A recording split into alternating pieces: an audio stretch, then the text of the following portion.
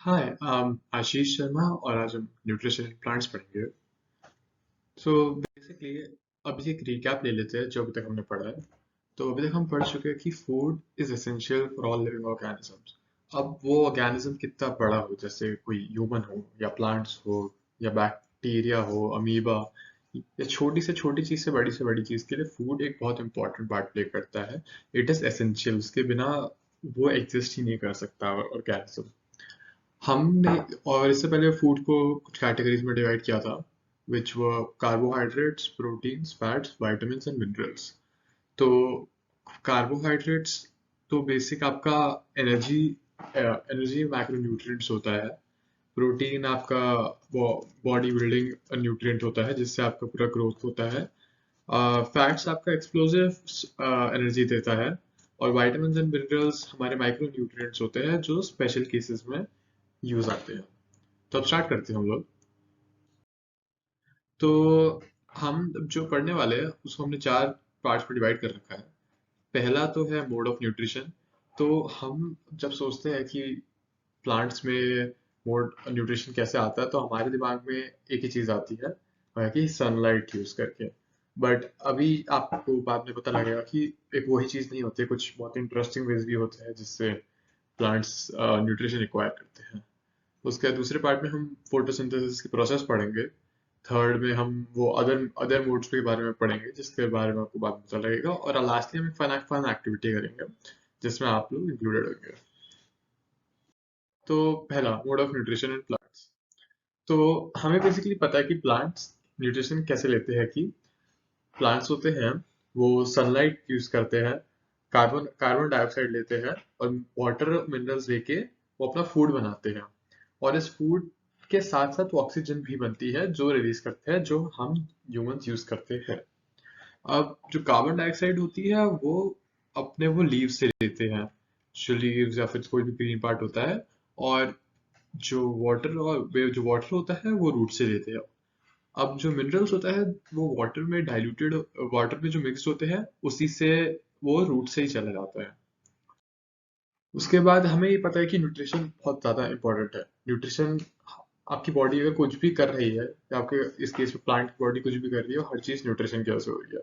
Nutrition की वजह से वो ग्रो होती है, न्यूट्रिशन की वजह से वो जितने भी डैमेज पार्ट्स होते हैं रिपेयर होते हैं। न्यूट्रिशन ही इन्हें इनफ एनर्जी प्रोवाइड करता है जिंदा रहने के लिए। अब हम इतनी देर से बोल रहे हैं nutrition nutrition nutrition, but exactly होता क्या है न्यूट्रिशन? न्यूट्रिशन होता है, एक बोर्ड होता है जिससे आप अपना खाना लेते हो और ऐसा एफिशिएंटली यूटिलाइज करते हो। अब खाना लेने का मतलब ये नहीं है कि मतलब हम अपनी मम्मी से आके खाना ले रहे हैं। खाना लेने का मतलब अगर आप मान लीजिए आप पनीर खा रहे हैं या कोई चिकन खा रहे हैं, तो आप उस चीज से खाना ले रहे हैं, आप चिकन से खाना ले रहे हैं। और जो भी आप खा रहे हैं उसको अगर आपकी बॉडी जब यूटिलाइज करती है एफिशिएंटली, उसको मैक्रो न्यूट्रिएंट्स में बांट के लेती है, उसको न्यूट्रिशन कहते हैं।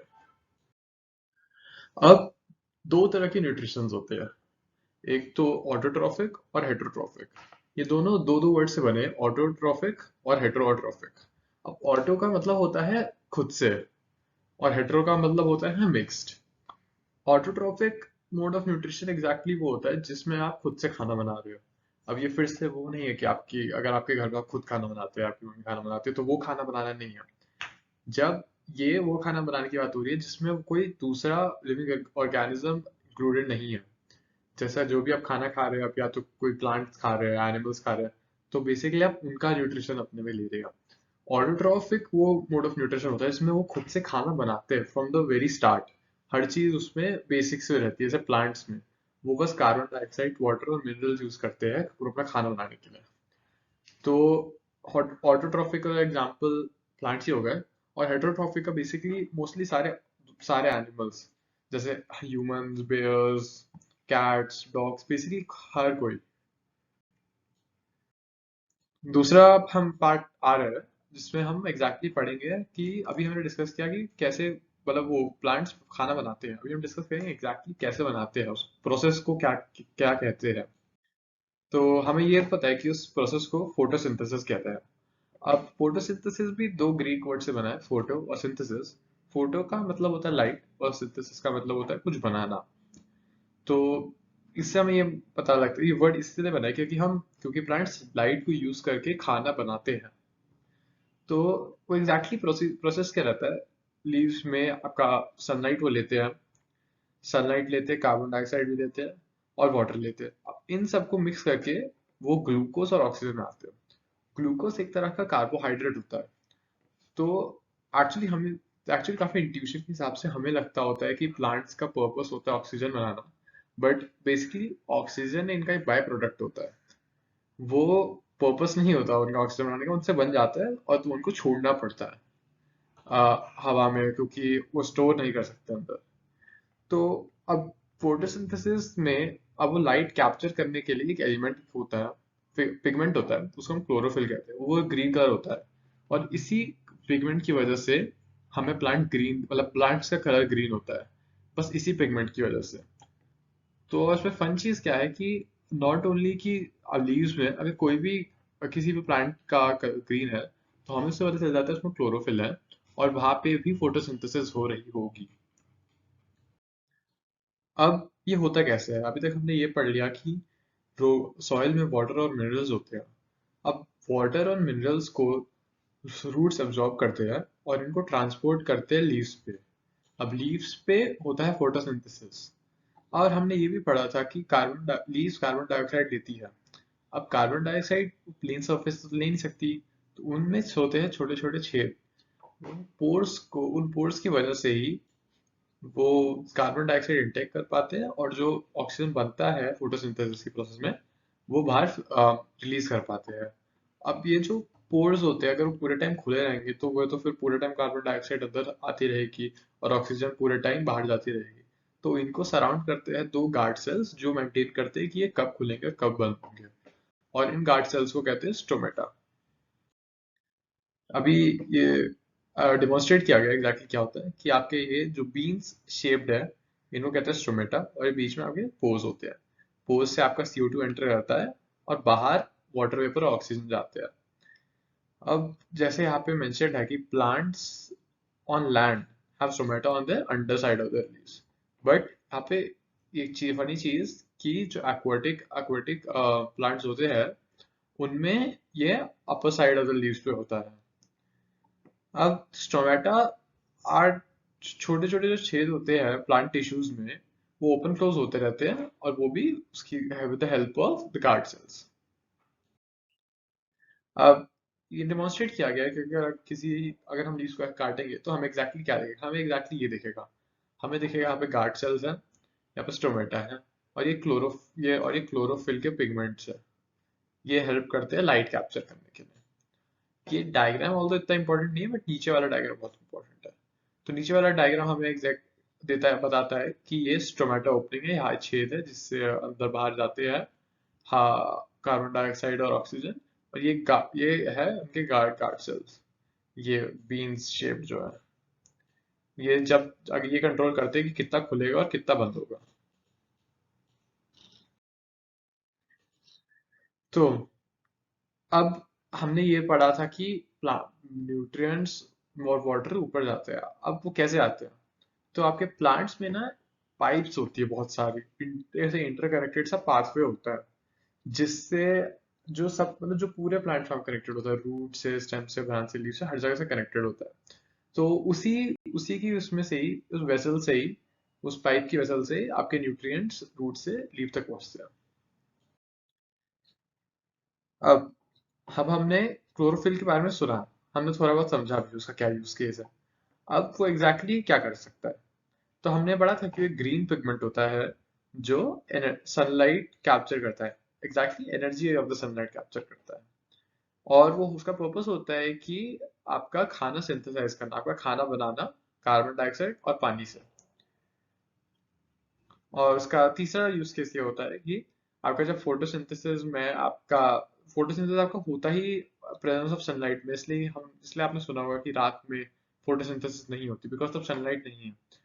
और सनलाइट कैप्चर ही क्लोरोफिल करता है, तो फिर इसीलिए रात में फोटोसिंथेसिस होती नहीं है।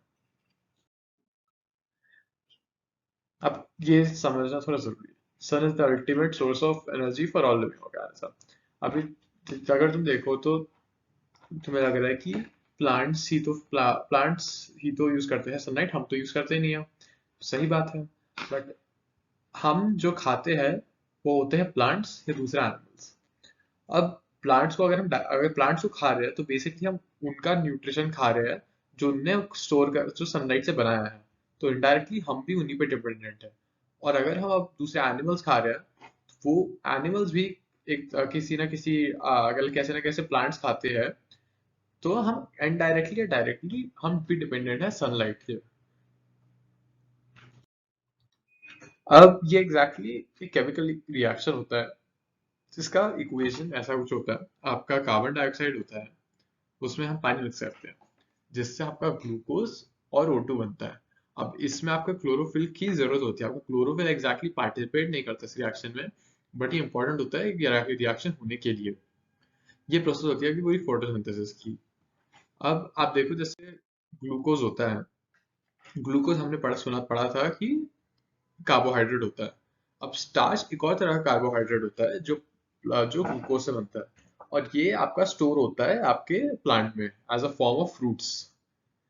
तो अगर हमें ये पता है कि अगर किसी लीफ में आपका स्टार्च है, तो हमें ये पता होगा कि उनने अगर हमें पता है कि आपका स्टार्च है, तो हमें ये पता लगेगा कि उसमें कहीं ना कहीं ग्लूकोज भी था।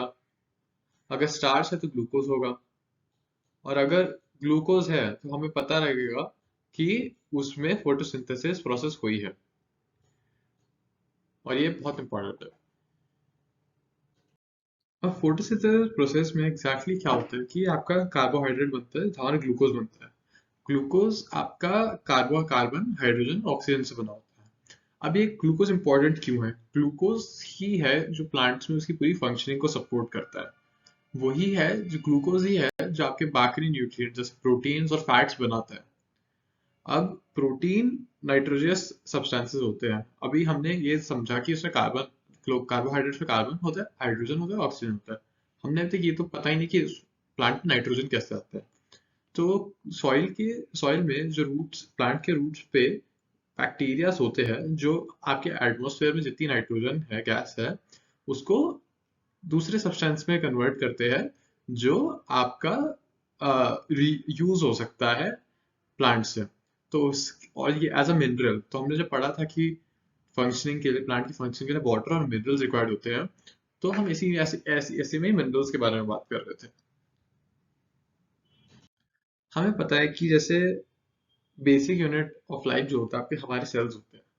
Sales are enclosed by thin boundary, एक पतली सी बाउंड्री के अंदर इनक्लोज्ड होते हैं जिसको कहते हैं सेल मेम्ब्रेन। और इस सेल मेम्ब्रेन के अंदर एक छोटा सा स्फेरिकल स्ट्रक्चर होता है, ऐसे गोला सा छोटा सा होता है। उसको हम कहते हैं न्यूक्लियस। अब न्यूक्लियस के अराउंड जो होता है, अगर ये जैसे आपका न्यूक्लियस हो गया, एक सेकंड, ये आपका हो गया न्यूक्लियस, ये गोल गोल पार्ट आपका सेल मेम्ब्रेन हो गया, ये बाउंड्री। और अब ये बाउंड्री के अंदर न्यूक्लियस के बाहर एक जेली सब्सटेंस होता है जिसको हम कहते हैं साइटोप्लाज्म। ये ऐसा फन फैक्ट है, तो वैसे याद करने का एग्जैक्टली जरूरत नहीं है, just a fun thing to know. उसके बाद दूसरी चीज हमने, अब जैसे हम मोड ऑफ न्यूट्रिशन पढ़ रहे हैं प्लांट्स में, तो जब हम कैक्टस देखते हैं हमें तो पता है कैक्टस में कोई लीव्स ही नहीं है। अब कैक्टस के केस में क्या होता है, कैक्टस में भी लीव्स होती है, बट वो खुद को इवॉल्व कर लेती है छोटे छोटे नीडल्स में। ऐसे जो नीडल्स होते हैं यही उस कैक्टस की लीव्स होती है। और कैक्टस अपना जो खाना है वो ये उसके स्टेम से बनाते हैं, जितनी ये जो ग्रीन स्टेम है उससे बनाते हैं। अब क्वेश्चन आता है कि क्यों स्टेम्स मतलब लीव ने खुद को इवॉल्व ऐसा क्यों करा एज अ थिन पिंस कांटों में। तो अब जैसे हमने पढ़ा था स्ट्रोमेटा होता है, स्ट्रोमेटा से वाटर वेपर्स और आपका ऑक्सीजन निकलती है। अब कैक्टसेस मोस्टली आपके डेजर्ट्स में होते हैं। अब डेजर्ट्स में पानी की वैसे ही इतनी कमी होती है, तो टू अवॉइड कि ज्यादा वाटर वेपर बाहर निकल जाए ताकि वाटर बचे रहे, ये खुद को ऐसा नीडल शेप में इवॉल्व कर लेते हैं to preserve water in the cactus. ये हमारे चैप्टर का पहला पार्ट था। ये अभी खत्म हो गया है। अभी उसके बाद हम इसके दूसरे पार्ट में जाएंगे। Thank you for watching. आपका अच्छा लगा आप लोगों ने देखा। बाय।